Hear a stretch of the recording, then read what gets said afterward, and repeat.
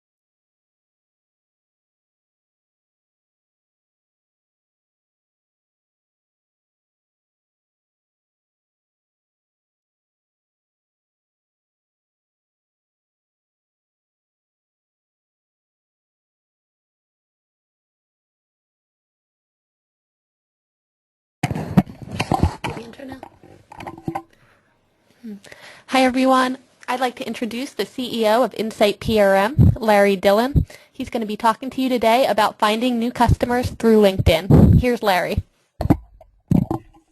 Thanks, Shannon. Today we're going to talk about LinkedIn.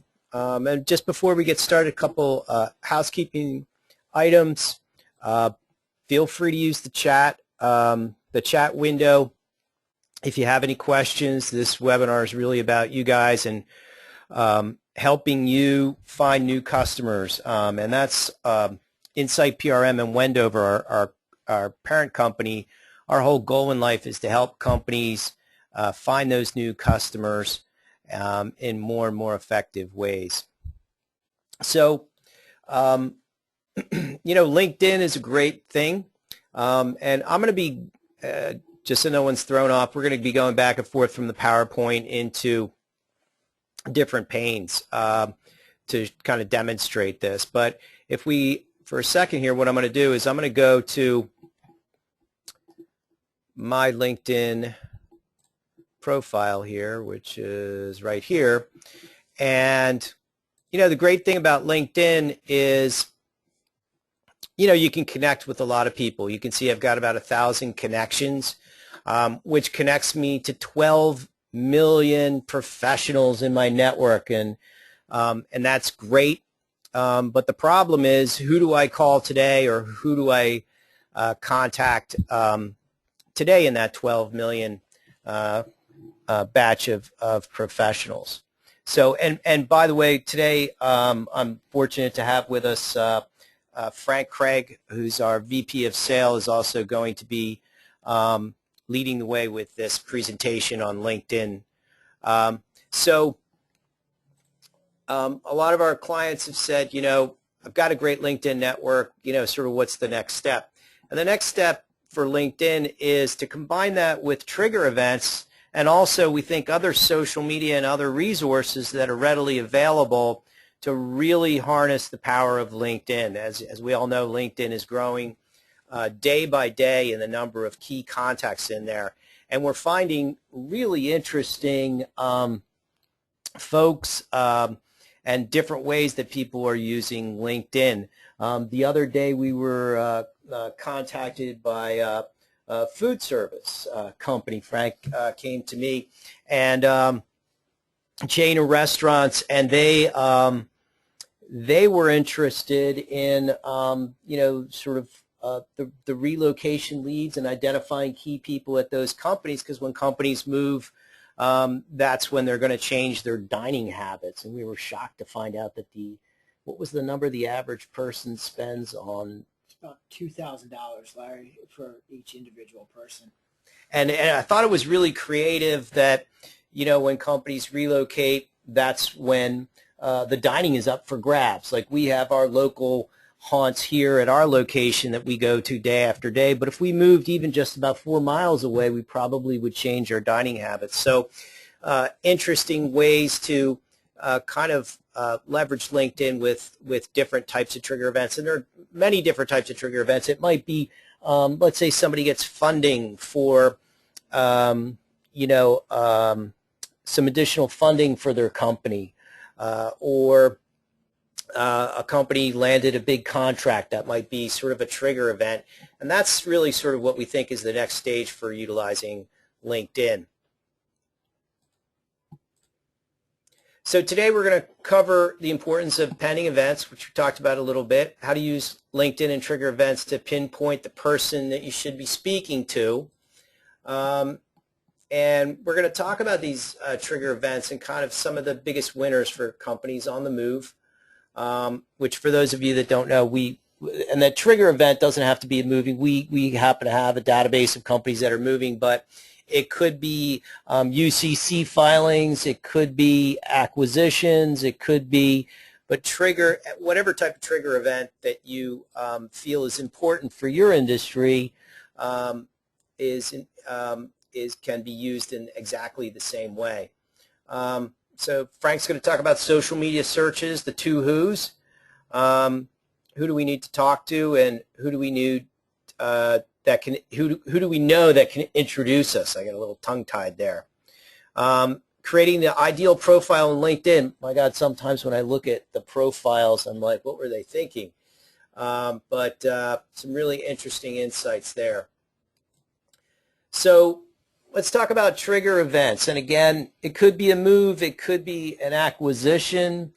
Some companies do acquisitions all the time. For some companies, that's a once-in-a-lifetime opportunity. Again, it could be UCC filings.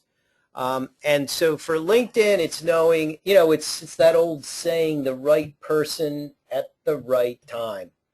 And how do you use LinkedIn to build that relationship? So let's look at, and again, this is on the move. It could be a company that just acquired something or had some significant UCC filings. Company A, BC, employee size 50. They've got 7,000 square feet. And here's Jane Stewart, the office manager. And a lot of folks don't realize that the key buyer at our company here is our CFO, Janine Burke. Janine's not an Info USA or Dun & Bradstreet. I don't think she has a LinkedIn profile. She does a great job, but very difficult person to find, but she controls millions of dollars in purchases here, and she's like the key pivot point at our company. And often we find that. So, and it's important to kind of understand that, in these sort of trigger events, who are the biggest winners? And again, we've got a lot of research on companies that are moving. And a lot of companies are surprised that the number 9 winner, and there's about 30 different industries that feed on a move. On that particular type of move, a commercial mover might get a $10,000 deal. There may be follow-up moves that are extensively more than that. Print and signage might be $15,000, telecom $20,000. Number 6 is voice and data at about $96,000 for a 50-person office over an 8-year term. Because again, the trigger event is when they make all these changes. Office furniture might be $200,000. IT services for a company like that, probably $30,000 a year for say 8 years would be $240,000 up for bid. That's number 4. Number 3 is banking. Typically for something like that, they'd probably borrow about $500,000 for different types of things. And the top 2, number 2 out of the top 8 would be actually food services. We did the calculations based on this, and for 8 years, if somebody moves once every 8 years, which is about the average, and they've got 50 employees, there's $800,000 worth of dining in the next 8 years up for grabs. It's a once-in-a-lifetime opportunity. And number 1 is commercial real estate. You're looking at maybe an $875,000 loan. So it's kind of surprising what's up for grabs for these different types of trigger events. And again, this is a move. It could be, for whatever it is that you do. But understanding the importance of trigger events, that it's not what they're going to spend that week. It's what they're going to spend over the next 8 years. So how might we use this? And we love this example of the food service because it's so, sort of out of the box and really takes creative thinker that, they're at that new neighborhood. They've got lunch meetings and parties and so forth. And again, $2,000 a year.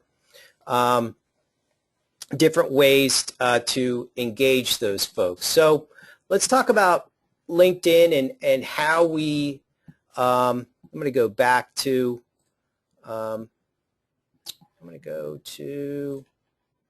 actually go to LinkedIn. So, well, here.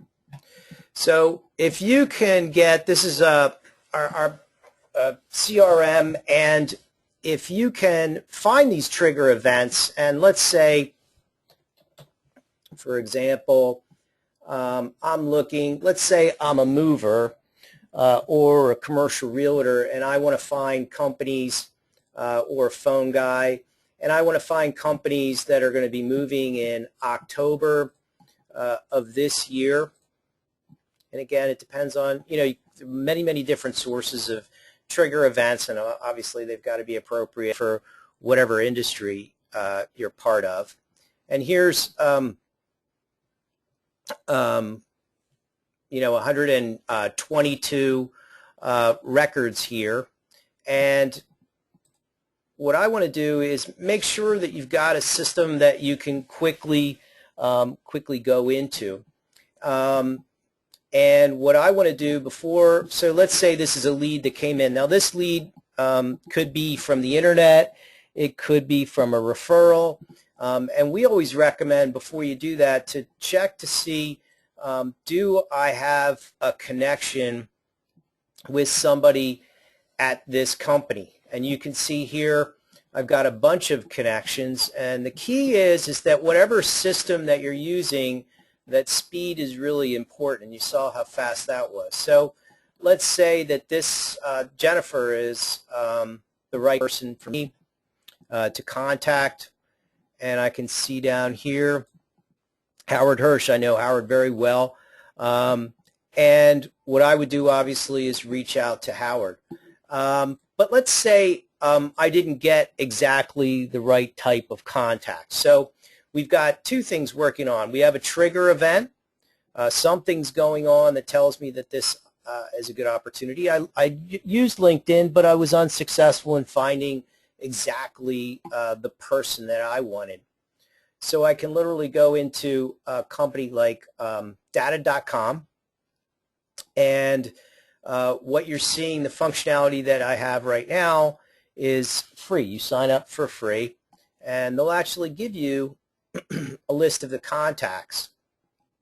So what I might do is, let's say I'm interested in somebody in the finance and administration section of Liberty Trust, and I still have lots and lots of guys.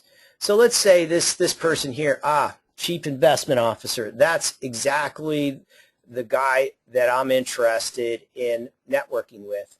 Now with data.com, I can click this button, and it's going to cost me about $1 in credits to get his email address, and I just click this button, and now you're going to notice I've got his email address, I've got his direct dial, and I'll show you in a second why this is important. So LinkedIn wasn't able to give me exactly the job title that I was interested in. So I would go back to my CRM and load up Michael's information. And then I would go back to LinkedIn to my connection. And let's say I know Jennifer, I have a common friend with Jennifer. I would reach out to Jennifer through my connection, but I would be prepared when I speak to Jennifer exactly who I want to network with. And what that does is, what I've done now is I've leveraged the trigger event. I've leveraged LinkedIn, which didn't have exactly the person I wanted to, and I've leveraged data.com, so that now I've got a connection with somebody at Liberty Trust. I know exactly who I want to speak to at Liberty Trust. And literally, Frank and I clocked this whole procedure sort of that we went through, checking the three sources, took us about a minute and 35 seconds. A minute and 35 seconds. And again, so working with a system that's going to connect all of these different types of sources together.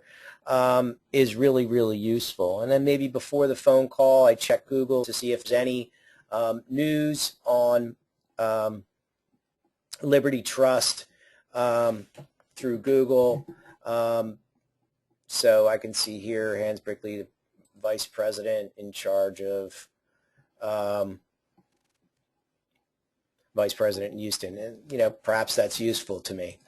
So the idea is that LinkedIn on its own is great, but LinkedIn combined with other sources, other social media is really, really powerful, especially when you hone in on specific types of prospects. So another way to do it, so let me give you another example. So what do I say to these folks when I reach out to them? And there's a great book by Gail Goodman, who's responsible for the growth of Constant Contact, and she talks about engagement marketing, and she says the first way to engage or reach out to people is give them a gift of some information that's going to help them in some way to make a connection, instead of calling them up and saying, hey, we have somebody in common, give me some money, do business with me. That might not be the best approach.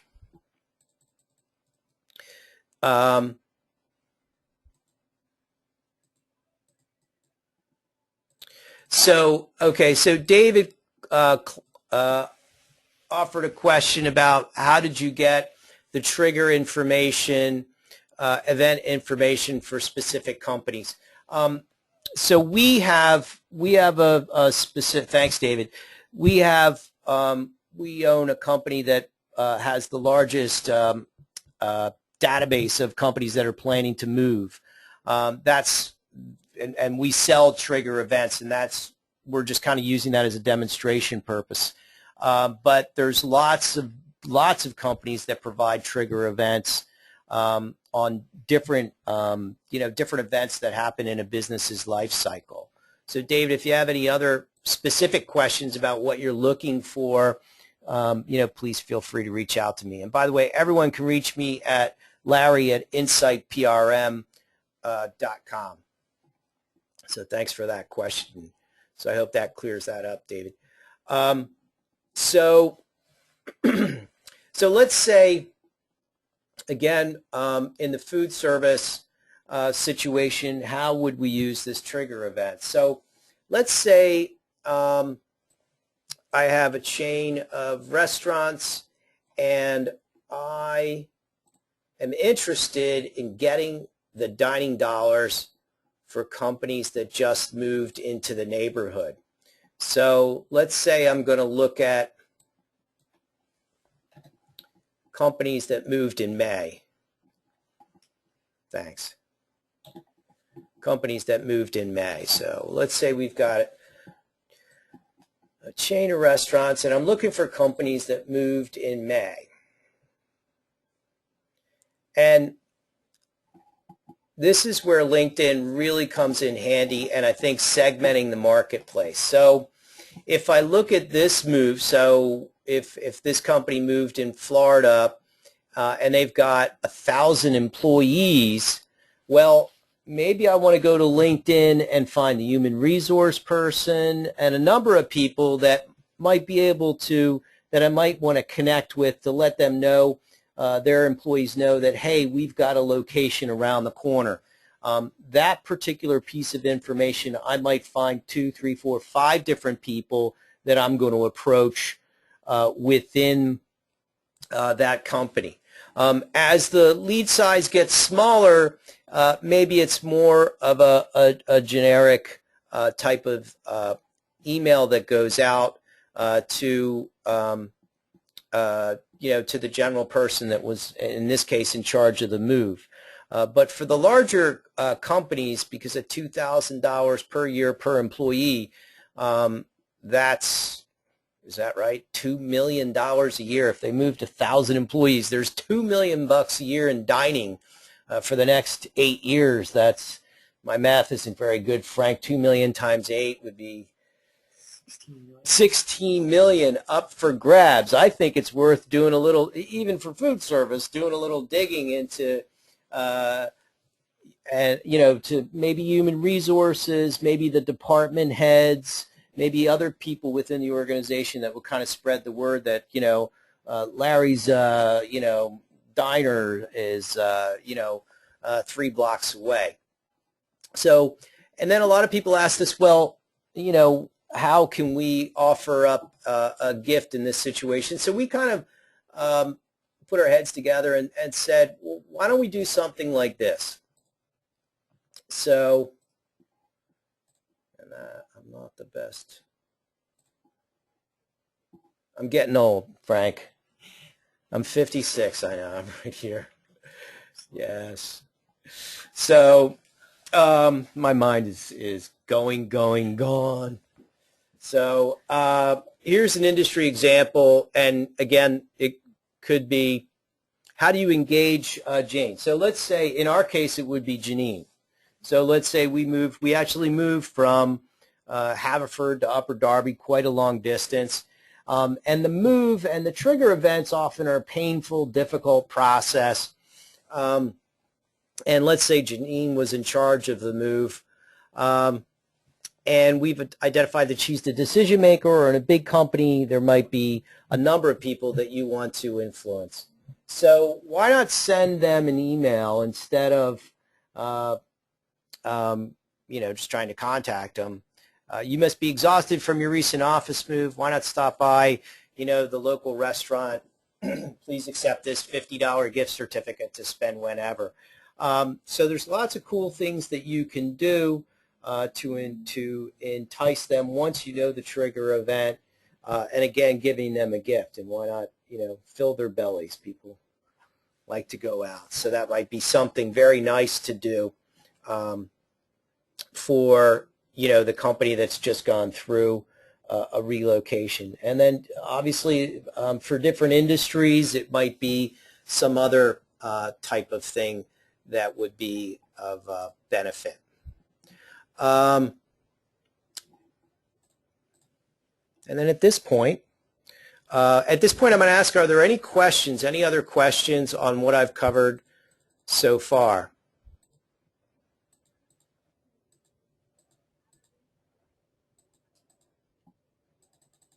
So I got a question from Lori. It says, I work for a company that provides professional and administrative services. Is there a database for companies who are seeking those services? I would look for companies that are growing, maybe companies that are expanding. Lori, if you want to reach out to me, I can share with you a couple of ways that you can get a hold of that data. But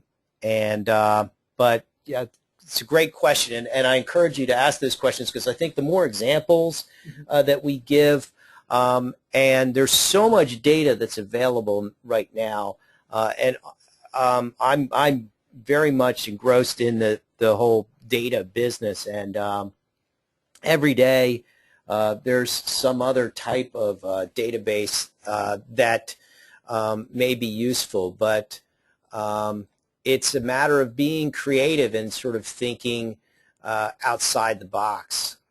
So, but I would look to that, Lori, and please feel free to reach out to me by email.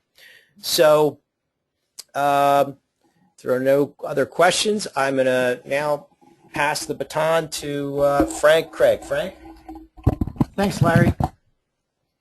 So how do we put social media to work for us? There's a lot of data like Larry was talking about. We also have a recent survey that was conducted in May about who the key decision makers are. And you guys will be surprised that out of this poll that we conducted, that the top one has manager in their title. And as Larry was saying, it's not the CEO or the business owner that they're in fact executive level, and owners are number 3 on the list of who the key people are going to do. Yes, so we do have that information that we can send to you guys as well. It's a nice little pie chart. If you guys are interested, just let myself or Larry know. And let me build on that. So just to kind of explain in depth what what Frank did. When we identify the companies that are relocating, we ask, what is the name of the person that's going to be in charge of the fit out, the building, dealing with the contractor, hiring the mover, the furniture guy, buying the furniture, and all of that. And so Frank decided to go through and do an analysis of exactly what is the job title. And by way of example, in this company, I don't pretty much I don't buy anything. It's all it's all up to Janine. So I'd be interested in getting a copy of that as well. So I'm going to do a couple of examples on how to search through social media for us as well, as cover what the ideal LinkedIn profile should look like. Because a lot of times people treat that as a resume, and we'll get into the details of that as well. So as Larry mentioned, we should always research prospects before calling, because maybe we know somebody that can help us leverage that opportunity, and as Larry was stating, provide them with some helpful information or a gift. Yeah, and I was giving the example. There was a fairly large software company, public company right here in Philadelphia, and I wanted to get a meeting with the CEO. And before just trying to barrel my way in, I went to LinkedIn, and it turns out that my cousin worked for the same company. So I called her and I said, hey, Maura, what's going on? And she says, hi, how you doing? And she said, why are you calling? I'm like, well, I want to, try to get a meeting with the CEO of the company. And she said, well, that's not a problem. I'm like, well, why not? What do you do there? She goes, I'm the executive assistant to the CEO. And so she said, how about, next Thursday at 3 o'clock? And, see her every year at the 4th of July, family get together. I had no idea that she was working for this company. So you never know versus, trying to make a cold call. You never know. Aunts and uncles, cousins, nieces, nephews, LinkedIn is pretty amazing. So to tailor that right into my next point is finding the best contact. As Larry's example right there is, you never know. It could be a relative, it could be a high school buddy that can help you get in, or maybe they've done business with you and with them. Remember, LinkedIn is probably one of the most up-to-date data sources because their info is current. They're continuing to keep it current, especially if they're using LinkedIn properly. It's going to give you what they do there, what their job description is, and typically what their whole business method and plan is, which you can use to leverage your initial call. So finding prospects, and now I'm going to go back and forth between the screens as well. So I hope a lot of you realize there is an advanced search on LinkedIn that when I go through the database here on a couple of examples, probably about 3 examples that I'll use, we'll do an advanced search as well to find who the key prospects are, who the key contacts are, and who I know with these companies so that I can leverage that opportunity and get that appointment. So some of the key words we can put in: name, title, company information, industry. Advanced search, pull up the target organizations, form a goal list of key decision makers, and find out who's in your network. So I'm going to get there right now. Do you want me to go to LinkedIn? Yes, please.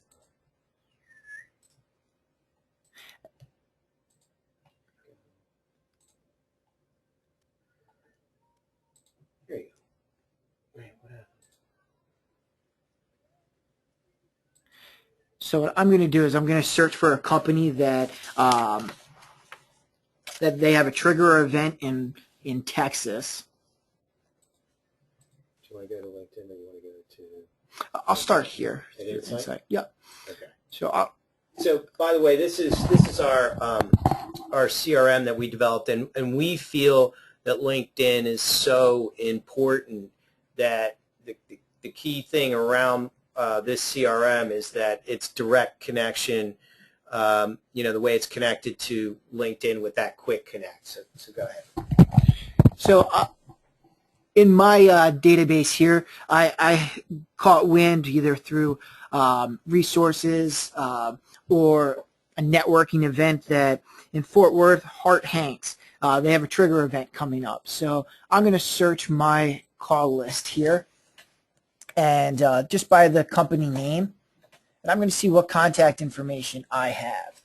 So, and this could be your own CRM, customer database. That's always a good place to start to see what information you have at the company and kind of cross-reference it. And so we're a big fan of cross-referencing the different databases and different social media. So here I'm showing two people. I'm going to pull this one up here, which is Kathy Griffin in or even Sandy. So let's use the Fort Worth one as an example. I want to see, she's the facilities manager. Who do I know that possibly knows her? And Larry quickly touched on this earlier, so I'm going to go a little more in depth with it. So there's a couple of people here that I share connections with. But is this really the person that I want to speak with?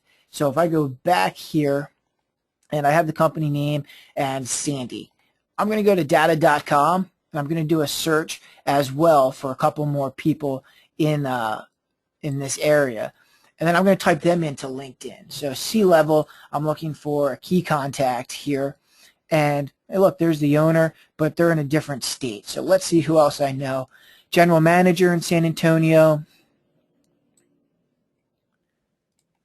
Chief information officer. Chief executive officer. And Dan Fishing. So why don't I try the executive vice president and chief financial officer first to see if I have any connections. And as Larry had pointed, you could get these contact information. But I'm just going to copy this guy's name first and go back here and do just a quick search, and then I'll expand that search as well. So Doug Shepard. Right there, EFP CFO at Hart. So now I know that this information is accurate because I tested it with two data points, data.com and LinkedIn. I'm going to see, I share a similar connection with him.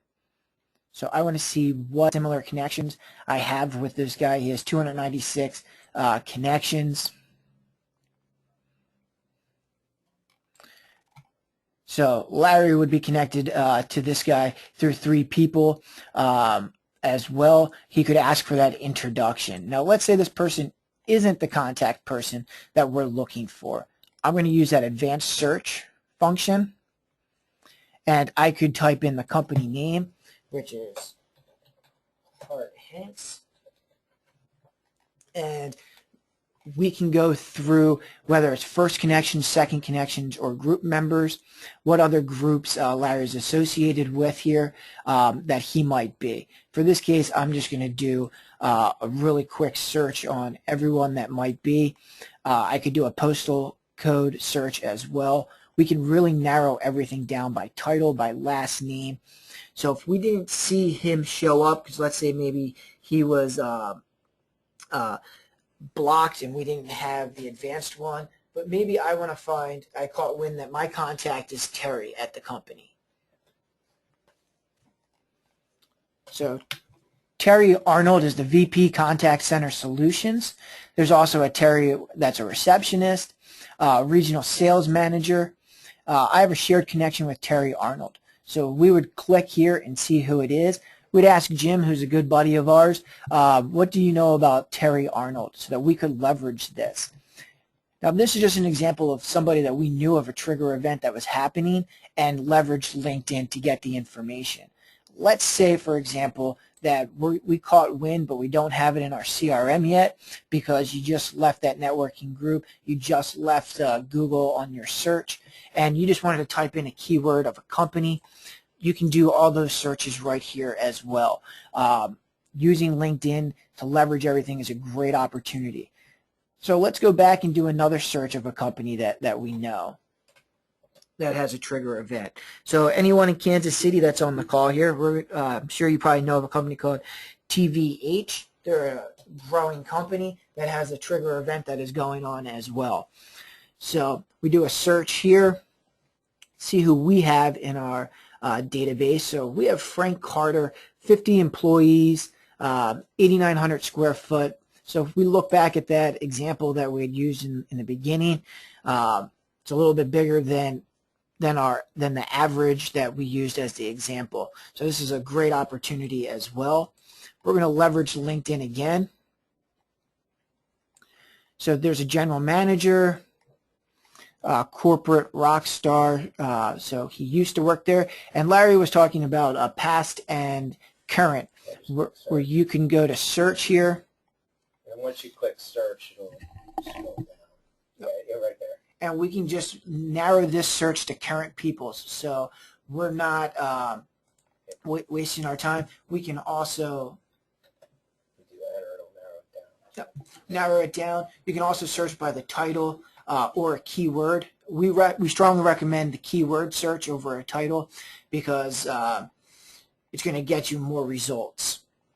We also want to use data.com again in this example. And as you see how quickly this is, it's going to pull up the information right on the company. 43 contacts and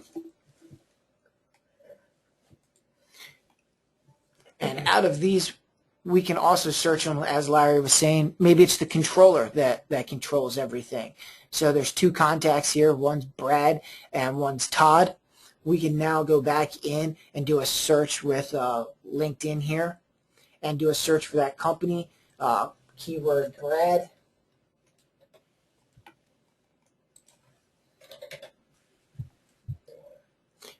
And They don't have it. So LinkedIn doesn't have Brad, but it's showing up under Liberty. And this is TVH.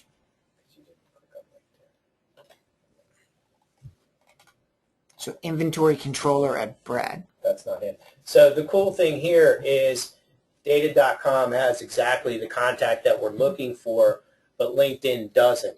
So what we would use is we'd find a contact at TVH that we have a connection with, and then when we walk in, we know, or when we call them, we say, hey, do you know this person, or do you know someone that could refer us into,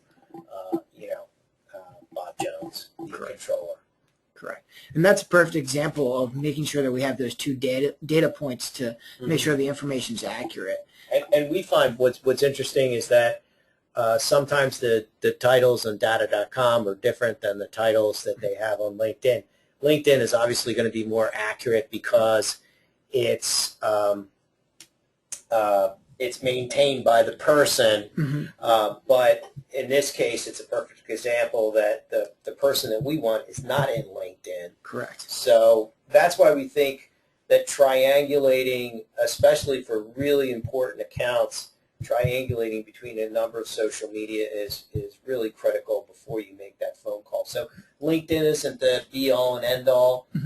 Trigger events isn't the be-all and end-all. And data.com or Lead Ferret or whatever source you want to use is not the be-all and end-all.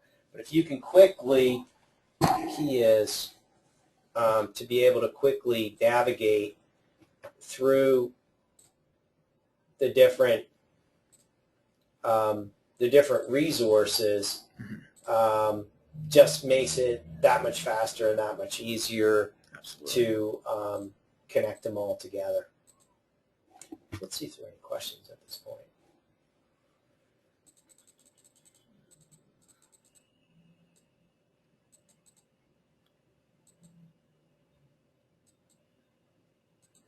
So somebody asked if this is recorded. We are recording this, and we will send out a link to the presentation. So go ahead, Frank. Yeah. So as I mentioned, that's a pretty good example, and Larry pointed out that sometimes the information, they're not on LinkedIn, but using those data points. And the biggest thing as well, before we get into creating the profile on LinkedIn, is making sure that you guys have a way of going pretty quickly, navigating your resources to get this information from LinkedIn, data.com, and the web searches. So I'm going to go back to the PowerPoint here.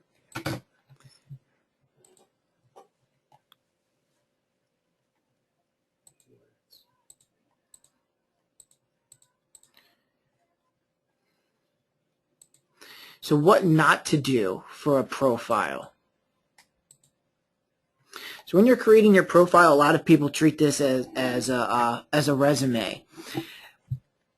Shouldn't be treated as a resume. It should be more of a company profile and what you do for the company and what the company can do for the clients.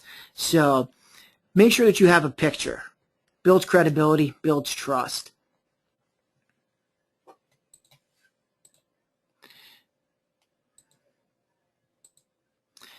Non-descriptive title instead of a value statement. So you want to put a value statement here. What does the developer at Chevron do? What does the company do? A summary. It's a wasted opportunity. You could include specific achievements, videos, or links that are published to articles. Here's a great example. You see all the keyword searches that would pop up here.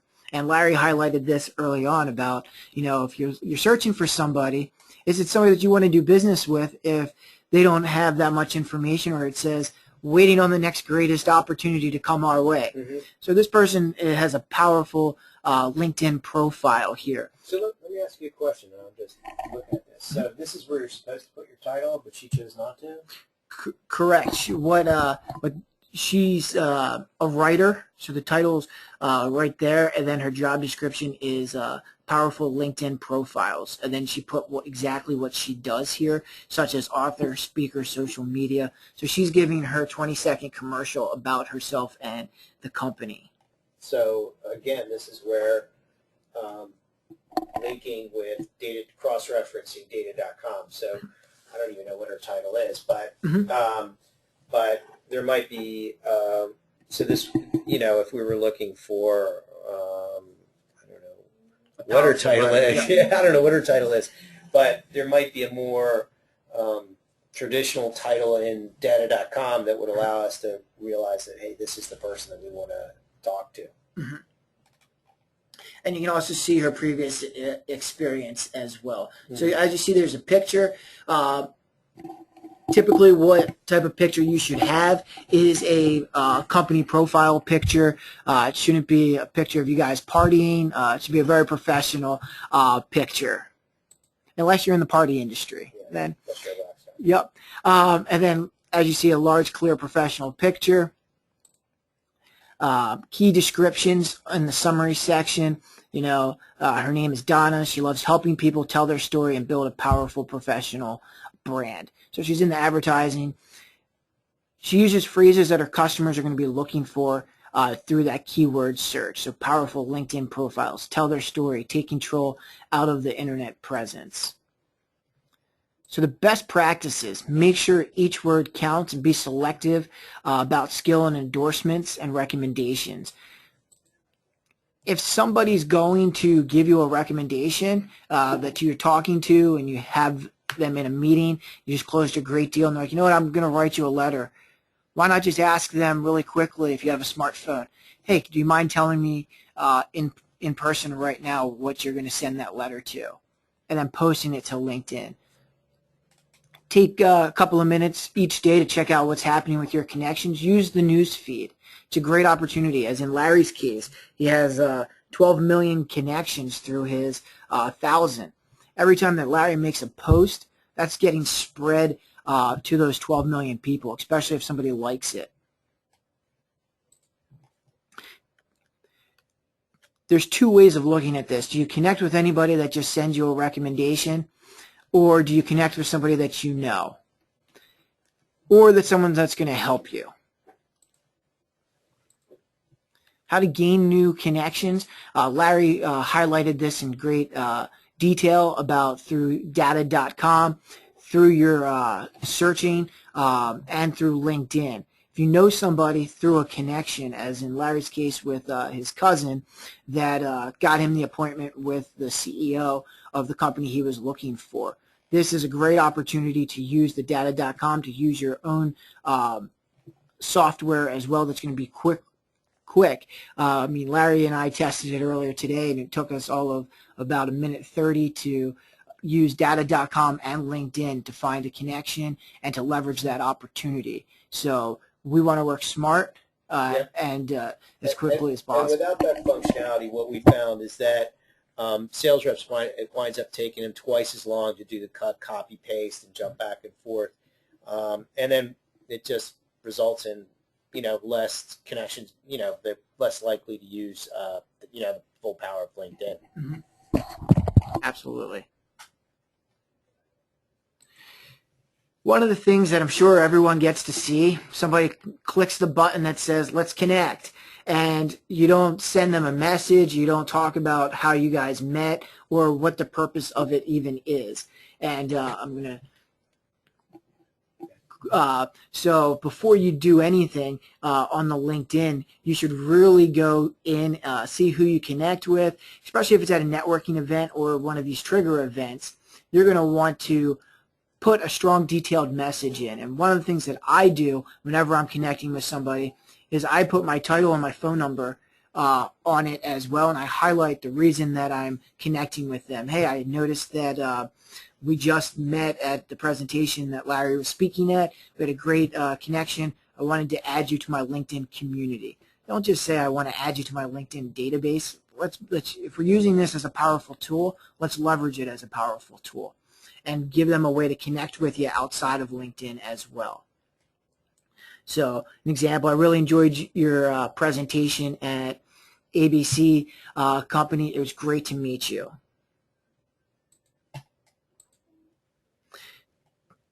Biggest thing is, if you're going to be asking for introductions, make sure that you're willing to give introductions to people as well.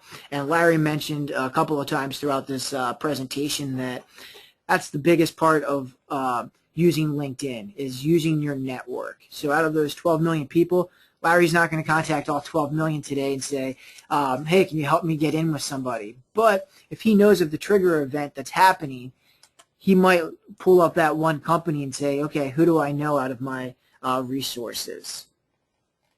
Community, industry involvement, make sure you have them listed because somebody else might be a part of it. Certifications, do you volunteer? You never know who you might have in common with that person at that trigger event. Alumni networks, LinkedIn groups, posting, expanding, joining as many groups as possible. You can edit group settings, commenting on posts, again, making sure that if you're searching for that trigger event with that company, you can do that advanced search, see who's posting, like their post. It'll get you in front of those decision makers as well. So we'll take any questions that you have. Larry, if you want to add anything else about the speed of leveraging the database and yeah, the whole thing is that there's a lot to be gained from LinkedIn, and you just want to make sure that you're set up to be able to do things as efficiently as possible. And again, we really think that pinpointing who you want to speak to is really important. So thank you very much, Frank. We hope this was useful. Again, you can reach out to us, frank.craig@wendovercorp.com, or you can reach out to me, Larry, at insightprm.com. Questions, comments. Also, if you have any requests for future speakers or topics that you want us to tackle, the rush for us is helping our clients close more deals and close big deals. So thanks again for everyone taking time out of your busy day today. Thank you, Larry.